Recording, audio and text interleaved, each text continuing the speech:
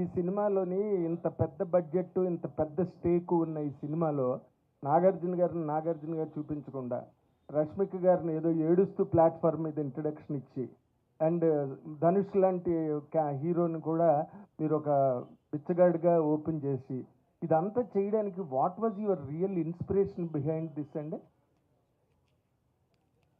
అంటే కథ కథ కథని నమ్మడం.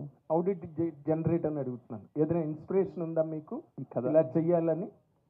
ఏదండి దీని ఈ కథ పుట్టుక గురించి నేను ఏం చెప్పలేను. ఎందుకంటే నేను జనరల్‌గా అంటే ఏదో ఏదో సినిమానా, ఏదో నవలా, ఏదో కథ చదివి చేశానా అని అనలేను నేను. Something it occurred. ఏదో చాలా ఈ ఈ దేశంలో గానీ, ప్రపంచంలో గానీ చాలా డిస్పారిటీ ఉంది. అతి అతి గొప్పోళ్ళు ఒకళ్ళు, అతి సామాన్యులు ఒకళ్ళు, మధ్య తరగతి వాళ్ళు ఒకళ్ళు, చాలా అంటే ఒక క్లాస్ డిఫరెన్సెస్ బాగా పెరిగిపోతున్న నేపథ్యంలో సంథింగ్ చెప్పొచ్చేమో అని అని ఒక థాట్ నుంచి పుట్టినది. అంటే అత్యంత గొప్ప వాడికి అత్యంత పేదవాడు అండ్ మధ్యలో ఇంకో ప్రపంచం, ఇది చూపించే ఒక ఐడియా వచ్చి ఇది కథ పుట్టింది అలా. ఓకే. బట్ ఆ తర్వాత వీళ్ళందరూ అంటే నేను ఎవరికి చెప్పినా, నాగార్జున గారికి చెప్పినా కానీ, ధనుష్ చెప్పినా కానీ, రష్మికకి చెప్పినా కానీ ఇది స్క్రిప్ట్, ఇది పాత్రలు. ఇప్పుడు నేను దానికి యాక్చువల్లీ నేను డైరెక్టర్, నేను కూడా ఇంకా కథకి నేను కూడా ఒదిగిపోయాను. యాక్చువల్లీ నాకు ఆ కథ ఏం డిమాండ్ చేస్తే అలా వెళ్ళాం. సో అందుకే నేను చెప్తుంది షూటింగ్ కానీ, అందులో ప్రొడక్షన్ వాల్యూస్ కానీ, ఇది చాలా యూనిక్గా, చాలా డిఫరెంట్ ఎక్స్పీరియన్స్ ఎందుకు ఇస్తుందంటే ఆ కథ కావాల్సిందని చేస్తాం బేసిక్, అంటే ప్రతి ఒక్కళ్ళు ఇంక్లూడింగ్ మీ. సో అందుకే ఈ రిజల్ట్ యాక్చువల్లీ అది. బట్ వీళ్ళు ముగ్గురు ఇమేజెస్ని కూడా మార్చేసి మీ క్యారెక్టర్గా తయారు చేసుకుని సినిమా ప్రజెంట్ చేస్తున్నప్పుడు రిస్క్ అనిపించలేదా మీకు? ఇమేజ్ నాగార్జున గారు చూపించట్లేదు, ఆయనగా చూపించట్లేదు.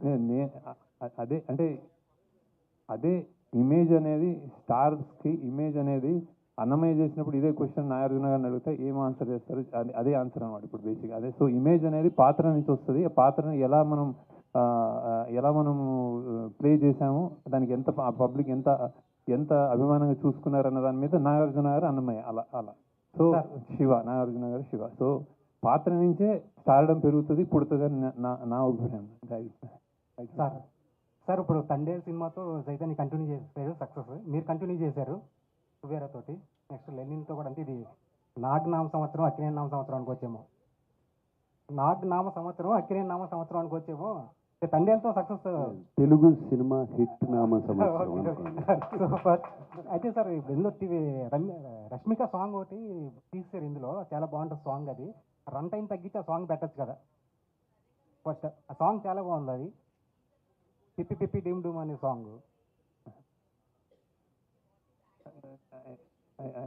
యాక్చువల్ డ్యూరేషన్ అంటే అది సాంగ్ ఉండి తర్వాత తీయలేదు మేము. అది ప్రమోషనల్ సాంగ్ ఏదైనా చేద్దాము అని ఒక నార్త్లో ఇప్పుడు పాన్ ఇండియా సినిమా అనుకున్నప్పుడు కొన్ని అలా చేస్తూ ఉంటారు వాళ్ళు బేసిక్గా.